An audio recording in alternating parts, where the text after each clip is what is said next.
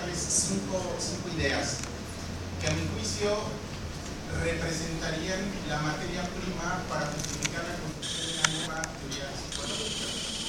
Entonces, la primera idea es la siguiente: la Universidad Latinoamericana es en esencia una construcción política amanerada. O sea, voy a intentar ser lo políticamente más correcto, no obstante, intentaré mantenerme con objetividad.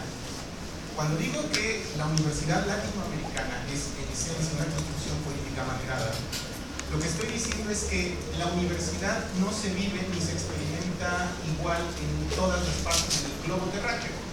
Es decir, las universidades de Oriente funcionan con ciertos sistemas organizativos, las universidades de Norteamérica con otros, las universidades europeas con otros y las universidades latinoamericanas con otros. Eso hay que tenerlo bien claro, porque desde el punto de vista en que nosotros no puntualicemos en cómo una organización curricular universitaria está dinamizando o metabolizando la construcción de teorías, es que nosotros no estamos en la capacidad de construir nuevas teorías. Entonces, por ejemplo, algo tan sencillo como si nosotros pensamos el papel que tenía la universidad, por ejemplo, en Japón o en Alemania, después de los periodos de guerra, nos vamos a dar cuenta que buena parte de su progreso político, económico y en términos generales de calidad de vida después de las guerras mundiales tiene que ver con haberse apuntalado en la universidad un proyecto de nación. Y tristemente, y esto lo digo de verdad con mucha tristeza, muchas veces la universidad latinoamericana no está preparada para construir proyectos de largo alcance en donde se busque transformar radicalmente las disciplinas o innovar completamente los paradigmas, los modelos o los criterios de investigación. Y eso, personalmente, a mí me parece, bueno, para empezar, me ha dolido mucho a lo largo de la vida y lo he sufrido bastante, porque si de repente tú no te ajustas a una política de investigación, parecería ser que no puedes investigar en México. Entonces, este proyecto de investigación está al margen del auspicio de instituciones mexicanas, tristemente. Entonces, este proyecto de investigación intentó florecer en la misma Universidad Veracruzana, a la que amo profundamente, pero también intentó florecer en la UNAM, intentó florecer en Querétaro y en Guanajuato, y en ningún lugar de México tuvo un eco. Sí lo tuvo en Europa, Y eso de alguna forma es comprensible. ¿En qué sentido? Pues en que parecería ser que en cuestiones filosóficas, en cuestiones psicológicas, todo está resuelto de una vez y para siempre. Y a mí me parece que no es el caso. Ahora, esta presentación necesariamente tiene que ser polémica y tiene que ser disruptiva, porque nosotros no vamos a encontrar ningún caso en la historia de las ciencias o ningún caso en la historia de la filosofía o de las técnicas incluso, ni de las disciplinas académicas, en donde una innovación no haya sido producto de una guerra furiosa entre posiciones teóricas, políticas e incluso hasta económicas. Y el primer ejemplo lo tenemos en Sócrates. O sea, cuando Sócrates es condenado a beber cicuta por corromper a la juventud griega, en realidad lo que está haciendo es enfrentarse a un modelo político sofístico. Es decir, los sofistas pensaban que había pluralidad de saberes, y en esta pluralidad de saberes parecería ser que uno tenía acceso en función de cuánto dinero uno pudiera pagar para demostrar los saberes. Pues Sócrates se opone brutalmente a eso. Cuando Newton desarrolla su física macrocósmica o macroscópica también, de alguna forma lo hace al margen de la teología dogmática que pretendía explicarlo todo desde criterios teológicos. Entonces, lo que hace Newton simplemente es dar una vuelta de tuerca a todo lo que la teología dogmática de la época medieval ya estaba diciendo. Y podría pasar todo el día citando ejemplos de cómo siempre una revolución al interior de las disciplinas siempre implica un completo desprecio, ojo, un completo desprecio por todo lo previamente construido. Cuando Wittgenstein viaja a visitar a Bertrand Russell y le entrega su tratado filosófico, le dice palabras más, palabras menos, según algunos biógrafos. Con este libro se resuelven todos los problemas habidos y por haber en la filosofía, porque todos los problemas de la filosofía son problemas de lenguaje. Y Wittgenstein, cuando encara toda la tradición filosófica pretérita, pues lo hace desde un punto de vista de completa soberbia, Entonces, en este sentido, pues sí, si nosotros queremos construir una teoría que verdaderamente resulte novedosa, tiene que darse de espaldas a la tradición. tiene que darse de espaldas a la tradición. No podría darse una teoría verdaderamente novedosa si no criticara ferozmente a todas las posiciones psicológicas que han existido. Entonces, esto que estoy diciendo no es algo que me haya inventado en los últimos 2 años, es algo que he investigado en los últimos 15 años. O sea que no estamos hablando de garnachas, estamos hablando de evidencia teórica y evidencia empírica y evidencia histórica y econométrica fundamental. Entonces, sí quiero decir esto, la Universidad Latinoamericana, con mucha pena debo decirlo, con contadas excepciones, ahí está Enrique Dussel con su teoría de la liberación, está Mauricio Benchot con su hermenéutica analógica, Emilio Ribes con su teoría de la conducta, y hay casos muy contados en donde un pensador mexicano tiene la capacidad de poder desarrollar programas de investigación que estén a la vanguardia de un campo temático disciplinar en específico. Entonces, este proyecto, esperamos, con los años, porque yo pienso dedicar toda mi vida a esto, con los años se convierte en un proyecto de envergadura histórica que tenga la capacidad de competir en explicaciones con las explicaciones que están dando los conductistas, los psicoanalistas, los teóricos cognitivos, los neurofisiólogos encefálicos, los humanistas. Entonces, repito que de alguna forma todo esto tiene que darse al margen de la tradición. Esa es la primera idea. La segunda idea es que las ciencias y las disciplinas académicas no deben construirse de espaldas a una reflexión ontológica, nociológica y pragmática. A mí me queda claro que hoy nosotros tenemos el capital de conocimientos, el capital de saberes que no tenía en su momento ni Freud, ni Skinner, ni Piaget, ni Maslow, ni Cantor. O sea, hoy lo que nosotros sabemos de las disciplinas es mucho más nutrido y poderoso de lo que podría saber Skinner en su momento. O sea, Skinner, por poner un ejemplo, pero podemos de alguna forma bulear a muchos psicólogos. Vamos a empezar con Skinner, por ejemplo. Skinner no conocía aún los modelos circularistas de las ciencias. O sea, Skinner se quedó con la idea de ciencia que tenía Francis Bacon y con la idea que tenía de ciencia Augusto Comte y Karl Popper. Es decir, la ciencia se construye a partir de verificaciones de carácter empírico, en donde la contrastabilidad es la materia prima para la construcción, pues vamos a decirlo, no de teorías, pero sí de saberes nomológicos.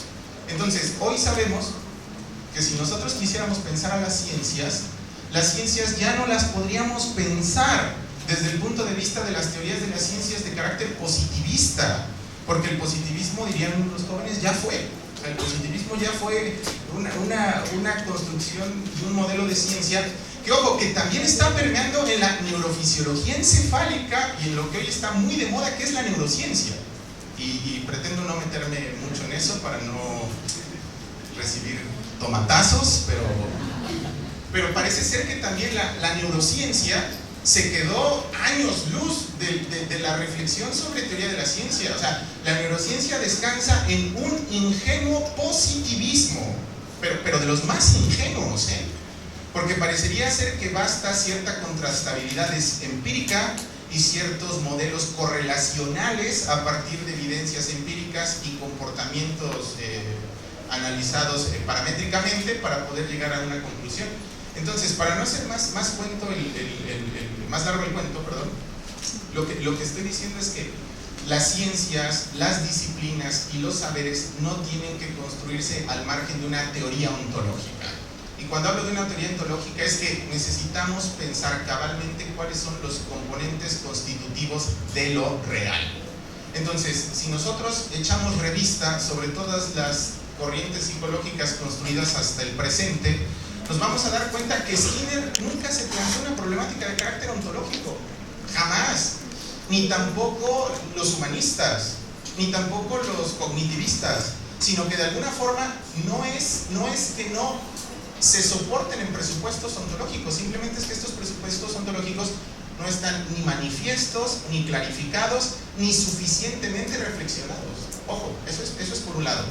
Y cuando digo que la construcción de las ciencias no debe darse al margen de reflexiones de carácter nociológicas, y nótese aquí que no estoy utilizando la palabra epistemología, también muy de moda en la teoría filosófica y literaria contemporánea, sino nociológica, es decir, porque muchas veces las disciplinas no reparan en todos los elementos que ellos están utilizando para construir sus propias investigaciones.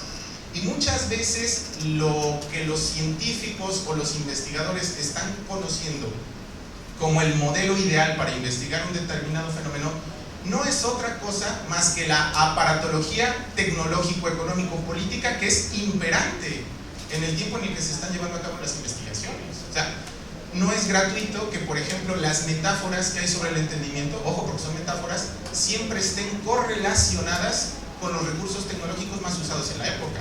Entonces, por ejemplo, la metáfora de la mente o del entendimiento en la época de Platón era el sello en la cera, por ejemplo. Pues sí, porque no existían los ordenadores ni tampoco las cámaras fotográficas. Y después la metáfora que utiliza Santo Tomás de Aquino para hablar relativamente del entendimiento es el libro. Entonces el entendimiento es como un libro en donde se escriben las experiencias vividas. Ojo, porque también el libro en Santo Tomás se convierte en uno de los recursos tecnológicos más usados en la época. Y luego las metáforas van cambiando y son las cámaras fotográficas, y hoy la metáfora, bueno, que ya es un poco caduca esta metáfora, pero al principio de la neurofisiología encefálica la metáfora estrella era pensar que el cerebro funcionaba como un cerebro, ¿sí? Que el cerebro funcionaba como una computadora, perdón. Y parecería ser que las metáforas van cambiando conforme van cambiando los recursos tecnológicos que se van utilizando. Hoy el cerebro, si se dan cuenta, la neurofisiología encefálica más de vanguardia, Ramachandran, Risolati, etcétera, prácticamente estarían diciendo que el cerebro funciona ergonómicamente, adaptativamente, flexiblemente, prácticamente como funciona el mercado, ¿sí? Entonces, esto es interesantísimo. Es decir, las ciencias y las disciplinas siempre están marchando al mismo ritmo de las tecnologías y de los modelos económicos y políticos culturales que los van propiciando. Entonces, una disciplina no puede darse al margen de ese tipo de reflexiones. Y pragmática también, ¿por qué? Pues simple y sencillamente porque los materialistas lo sabrán mejor que nadie. Una ciencia no simplemente es describir hechos, tampoco es construirlos teóricamente, tampoco es construir teorías que se adecúen indefectiblemente a los hechos, sino que tiene que ver con un concurso de un montón de elementos desde los tres géneros de materialidad, pero tiene que ver con ejes semánticos, sintácticos y pragmáticos. O sea, para que una ciencia sea ciencia, se necesita de entrada tener un campo de investigación perfectamente delimitado con fenómenos puntualmente identificados. Y si una ciencia como tal no los tiene, es que no está en posibilidades de ser ciencia. Y entonces, si nosotros, ya entrando un poco en materia, si nosotros analizamos cuántos campos de investigación tiene desde el punto de vista histórico la psicología, nos vamos a dar cuenta que no hay ni siquiera algo cercano a la conmensurabilidad. Porque unos estudian el cerebro, otros estudian a la persona completa, otros estudian la conducta, otros estudian la conducta reactiva, otros la conducta interactiva, otros la conducta operativa, otros estudian el lenguaje verbal, otros el inconsciente. Entonces, ¿cuál es el campo que de alguna forma está destinado para el estudio de la psicología? Nos vamos a dar cuenta que no hay tal, sino lo que hay son disputas entre, vamos a decirlo, partidos o escuelas político-psicológicas que de alguna forma pretenden ampliar su campo y conquistar otros campos. Entonces, una ciencia no puede reflexionarse juiciosamente si no se tienen al mismo tiempo y sincrónicamente estos tres tipos de reflexiones. Una reflexión de carácter ontológico, en donde de alguna forma se esté revisando cuáles son los componentes de un campo de investigación. Una dimensión noceológica en donde se esté reparando en cuáles son las teorías, los instrumentos, las formas lingüísticas o teoréticas incluso de describir estos fenómenos. Y una reflexión de carácter pragmático en donde se repare o se reflexione sobre cómo los científicos o los investigadores están, a partir de sus investigaciones, imponiendo un modelo cultural, económico y político a una determinada forma de investigar. O sea, esa es la vanguardia en la filosofía de la ciencia, esa es la vanguardia en la teoría de la ciencia. Entonces, por ejemplo, hoy los neurofisiólogos encefálicos no reparan en el hecho, ojo, que esto es duro, no reparan en el hecho de que lo que ellos están utilizando como evidencia incontrovertible para todas sus afirmaciones es simplemente imágenes que se ven en una pantalla, porque el cerebro real es otra cosa.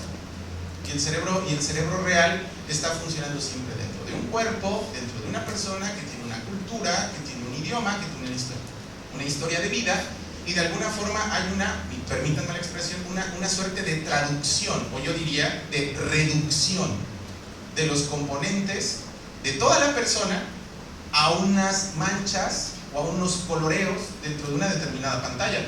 Pero, y eso tiene que ver con lo primero que estaba diciendo, es decir, como se ha impuesto un modelo de investigación, una moda de investigación, entonces parecería ser que no tiene que cuestionarse. Y entonces, repito lo que dije al principio, o sea, uno no puede aspirar a la vanguardia si uno no empieza a destruir. Es decir, la vanguardia siempre es producto de la destrucción. Heidegger decía que es interpretar. Pues interpretar es conquistar, es destruir y es construir sobre el lugar en donde tú apropiaste e interpretaste. ¿Ya? Y por eso digo que la Universidad Latinoamericana aún no ha reconocido su vocación de constructora de teorías. O sea, se levantan edificios en honor a pensadores que no son mexicanos. ¿Sí? Entonces se ponen en una escuela y vas a aprender a Freud. Oye, pero Freud lo que intentaba hacer era explicar el tránsito entre una sociedad tradicional, patriarcal, fundada en las costumbres morales victorianas, y lo que hizo Freud fue, de una u otra forma, facilitar el tránsito antropológico pragmático entre estos modelos patriarcales tradicionales hacia modelos económicos, culturales y políticos de liberalismo económico. Eso es lo que hace Freud, pero eso es lo que hizo Freud. Entonces, yo que estoy viviendo en pleno capitalismo salvaje, por ejemplo, o que estoy viviendo en una época, o sea, Bauman, Beges, Byung-Chul Han, es decir, todos esos autores de la sociología contemporánea, en este mundo que nos describen todos estos autores, yo ¿por qué tengo que circunscribirme a un modelo de investigación que Freud lo diseñó para resolver los problemas de su época? Y el mismo caso con Skinner. O sea, y aquí ya entramos un poco en materia. Cuando Skinner y Watson empiezan a construir toda esta investigación de carácter conductual, estamos prácticamente en un Estados Unidos que tiene una necesidad de pujanza económica para poder competir con las potencias europeas y para poder competir con la URSS. Entonces, como en ese modelo económico, político y cultural no es relevante ver las dimensiones de la persona, sino simplemente ver su conducta y ver si esta conducta es la deseada o no es la deseada, y si es la deseada la premio y si no es la deseada la castigo. Entonces, el modelo psicológico conductista watsoniano y skinneriano lo que hacen es cumplir la función de acelerar los procesos de producción de la sociedad norteamericana. Ojo. Entonces, si nosotros vamos haciendo una historia económica, ideológica y política de todas las psicologías, ojo, nos encontramos con la misma constante. Por eso lo que yo estoy pretendiendo hacer es reescribir la historia de la psicología. Y cuando digo reescribir la historia de la psicología, lo que estoy diciendo es que muchos de los manuales que nosotros revisamos para construir psicología, para entender la historia de la psicología, están pésimamente escritos. Y el ejemplo que ayer ponía con una persona que estuvo antes de que me entrevistaran en la radio, le decía, te lo voy a plantear objetivamente. Si tú escuchas que alguien dice que el origen del movimiento LGBTI estaba en los espartanos porque eran homosexuales, parecería que te están jugando una treta, ¿no? Porque lo que hoy está buscando el movimiento LGBTI comparado con lo que buscaban los espartanos que tenían institucionalizada la homosexualidad, parece ser que son cosas dramáticamente distintas. O si yo te dijera, pues ¿sabes qué? La primera mujer que defendió los derechos de la mujer, es decir, por lo tanto la primera feminista, es María Magdalena, la figura bíblica. Ahí sí parecería que nos están jugando una treta. Pero cuando alguien dice, y que me perdone Cantor y los interconductistas y Noemí Rodríguez, es que el origen de la psicología está en los tratados acerca del alma de Aristóteles. Madre mía, es que eso no es cierto. Aristóteles estaba pensando en otras cosas, lo mismo que Platón. Entonces, la psique de la que habla Platón y Aristóteles no tiene nada que ver con la palabra psicología, que curiosamente surge en la Edad Media tardía, con Gogolenius, un protestante, que de alguna forma inventa la palabra. La palabra nace por ahí de 1560, 1565, todavía no está datada la fecha, pero cuando nosotros queremos explicar el origen de un fenómeno presente a partir de coordenadas historiográficas completamente lejanas, lo que estamos haciendo es jugar una treta a quien nos está leyendo. Entonces, hoy nos vamos a dar cuenta que la mayoría de las historias de la psicología, yo me he encontrado manuales que incluso tienen la sinvergüenzada de decir que la psicología de los pueblos primitivos, sí, como ya parece que los hombres del neolítico y del paleolítico, cuando estaban comportándose para tener relaciones de supervivencia, iban a estar pensando en términos psicológicos. Eso es un disparate total. Entonces, si uno reconoce tantos disparates, pues ¿por qué uno no hace algo? Pues es lo que estoy haciendo. Vamos a escribir una historia de la psicología. Entonces, para ir tratando de cerrar un poco los puntos que quiero abordar en la conferencia, pues a mí me parece que el origen de la psicología justamente tiene sentido a partir de las grandes migraciones poblacionales europeas entre el final del siglo XIX y principios del XX. O sea, y esto es importante recalcarlo porque nosotros nos vamos a dar cuenta que cada disciplina científica va a cumplir diferentes funciones desde el punto de vista histórico. Entonces, por ejemplo, la geometría y la aritmética, que fue desarrollada, bueno, elementalmente por egipcios, pero ya con una forma más sistematizada entre los griegos, representa la primera revolución científica porque hace que los griegos se emancipen del mito. Todos los que llevaron clases de filosofía en la prepa recordarán que cuando se trata de enseñar la filosofía antigua, siempre se nos dice que la filosofía griega es el paso del mito al logos. Y es relativamente cierto lo que se nos enseña en esos manuales, porque efectivamente tenemos figuras como la de Parménides o como la de Tales de Mileto, que curiosamente cuando uno revisa sus biografías, son autores que en un primer momento fueron poetas y en un segundo momento fueron filósofos. Esto es interesantísimo. Entonces, el origen de la filosofía griega representa un cambio cosmovisional y noológico, ahorita no vamos a entrar en la palabra, pero busquen la nota y la revisan. Un cambio noológico entre una perspectiva netamente mitológica y una perspectiva ya más filosófica y, vamos a decirlo, protocientífica. Pero eso lo hace la geometría y la aritmética. ¿Y por qué lo hace la geometría y la aritmética? Pues simple y sencillamente porque a partir de la geometría y de la aritmética es posible construir puentes, canales y de alguna forma la construcción objetiva material, producto de la aritmética y de la geometría, hace que el individuo se sienta menos vulnerable respecto de la naturaleza. Entonces, estas dos disciplinas científicas, de una u otra forma, lo que hacen es facilitar el tránsito entre la mitología y la filosofía. Y ese caso lo tenemos con repetitividad histórica a lo largo de todo Occidente, porque cuando surge la mecánica de Newton tenemos el mismo proceso, solo que aquí la mecánica de Newton lo que hace es facilitar el tránsito entre la Edad Media y la modernidad. Y entonces todos los atributos que antes tenía Dios, como omnisapiente, omnipresente, omnipotente, ahora todos estos atributos de una u otra forma son secularizados a partir de las leyes generales del universo explicados a través de las leyes del movimiento de Newton. ¿Sí queda claro esto? Y aquí viene el ajonjolí de todos los cuales. ¿Qué hace la psicología desde el punto de vista histórico?